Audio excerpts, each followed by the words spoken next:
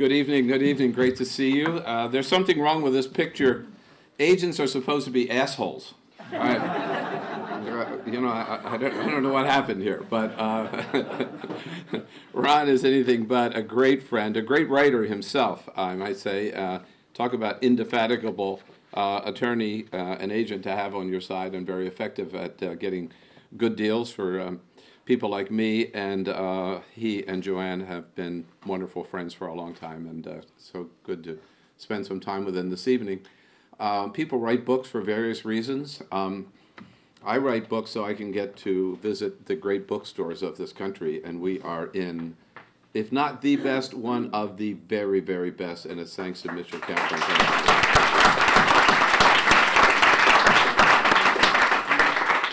And I mean that. I mean, Politics and Prose is a great bookstore, Powell's in Portland, and I just love coming here to Books and Books. And Mitchell's recently recognized as the #1 independent bestseller in independent bookseller in the nation. And for that, sir, congratulations. So it's so good of all of you to come out tonight. I really appreciate that, you're taking the time. And I want to say hello also to all of our good friends from C-SPAN around the country. And thanks to Brian Lamb for sending his crew out to take a look at my latest book, The Obama Hate Machine. Now, Ron, you reminded me of a couple of things. Number one, I did spend some time in the Catholic seminary studying for the priesthood. Studying for the Catholic priesthood. I want you to know I was not part of the Rick Santorum Catholic Church. You know, I'm part of the 98% of Catholics who think the Pope is full of shit when it comes to contraception, okay? And Rick Santorum is part of the 2%, so I just want you to know which part of the church that I end up on. And you mentioned Pat Buchanan. I just flew in from Vegas this morning, and or this afternoon, left there this morning, and I was there for a big insurance convention, and Pat Buchanan and I actually resurrected Crossfire. It's 10 years ago that Crossfire, CNN made, I think, one of the most stupid decisions in broadcasting and shut down Crossfire. It was a good show for 19 years. I was there for the last 6 years with Pat Buchanan and Mary Madeline and the late Bob Novak. And being with Pat reminded me of the funniest time in Crossfire for me in those 6 years. Everybody, if I could just tell a quick story and then I promise talk about the book here, but people, I never understood this, some of you may remember Crossfire, but people thought for some reason that Crossfire was planned like ahead of time. I would always get the question, how many days ahead of time do you decide what you're going to talk about? Well, the truth was we never decided until that morning because we wanted to talk about what was hot that day, what was the big story of the day. And then people would also say, and who writes the script, as if, you know, they could ever script us or as if we ever were scripted. So, and some days, in terms of choosing topics, it's pretty obvious what you want to talk about. I mean, you know, last Thursday you had to talk about Rush Limbaugh, right? Calling Sandra Fluke a slut. There are some days where it's very obvious, and there are other days where there ain't nothing going on, and you just, you know, kind of scratch your head. What are we going to fill up tonight? A half an hour on national television. Well, we had one of those days years back, and we had our 9:30 conference call, and none of us had a clue. So we just said, well, we'll let it float for a while. And so I went online and saw something out of Kansas City. The city of Kansas City had voted that they were going to show every night on their local, the city cable channel, the photographs and the names of men who had been arrested for prostitution the night before. Now, they hadn't been tried, convicted, found guilty, or whatever, but their lives are going to be destroyed by being up. So I thought there were maybe some privacy issues we might talk about. So I called up and suggested that, and they said, oh, that's a great idea. Pat liked the idea. So they went looking for guests, and they called back. The producer called back about half an hour later and said, we're off to a great start. We have the Reverend Jerry Falwell. So she said, who do you think we should get on the other side? And just being a smart ass that I am, I said, how about a prostitute? Bingo. And she said, where do I find a prostitute? Of course. You're asking me? But then I remembered, coming from San Francisco, there is an organization in San Francisco called Coyote. Cast off your old tired ethics. It's the acronym for the Prostitutes Union, Coyote. They call it Coyote. Sure enough, we get the president of Coyote just to see her with this long red hair and bright red lips sitting alongside with Jerry Falwell was worth the price of admission on Crossfire that night.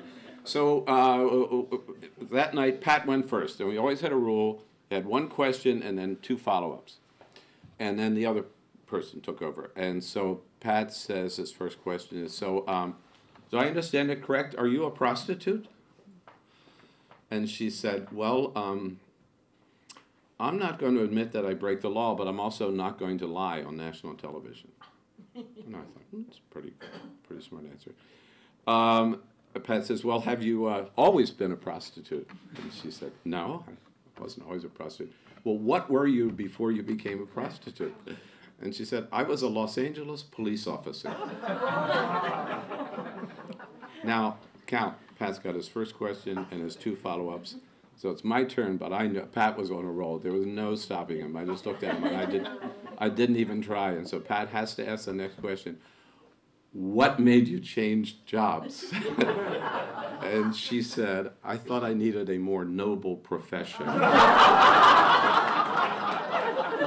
There's the story. Jerry Falwell's reaching for his microphone. He's trying to go off the stage. True story. It was such a fun moment. Pat didn't know where to go from there, at any rate. Well, we go from there to the Obama hate machine. Not sure what the segue is here, but people don't come to hear introductions. They also don't come to hear authors read from their books. I learned a long time ago. So let me just say, I think you could sum up, I think it's a very timely book. I hope you enjoy it. It's, I think it can be summed up in really one sentence, that seldom, if ever, in our history have we seen such a concerted series of vicious personal attacks directed against any president of the United States, completely funded, in this case, by a pair of brothers, big oil barons named the Koch brothers, with the assistance of an all-too-compliant American media. And you add those 3 elements together and you get the Obama hate machine. So I'd just like to say a little bit about each of those elements and then open it up for questions until C-SPAN tells us the cameras are turned off. Let's start with a hate directed against Obama. And first of all, I've got to say, though, I think criticism of any American president is fair game. I'm part of the White House press corps. I go to the White House every day. Would have been there today if we weren't coming down here. And every day in front of the White House on Pennsylvania Avenue, there's a crowd of people protesting something, And I love that. I really do. I always make a point of checking out what they're there for, what the issue of the day is. It's a very healthy part of our democracy. And criticism of presidents, of course, has been around for a long time. If you want to go back to the ugliest presidential campaign in history, you probably go back to 1800 and John Adams and Thomas Jefferson and the things that were said, particularly by their followers, not so much the 2 of them against each other, but the followers against each other. So, but with President Obama, it's been attacks not on his policies so much as on him as a person. And we haven't seen that, I don't believe, and I went back and did a lot of research in presidential campaigns and presidential history. We haven't seen that directed, that severe and that ugly directed against any president, since Abraham Lincoln. We think of Lincoln, of course, as Saint Abraham. He wasn't thought of that way during his lifetime. It was only after he was assassinated. When he came to Washington, he was introduced to the nation by the Kentucky statesman as follows. Abraham Lincoln is a man above the medium height. He passes the 6-foot mark by an inch or 2. He is raw-boned, shamble-gated, bow-legged, knock-kneed, pigeon-toed,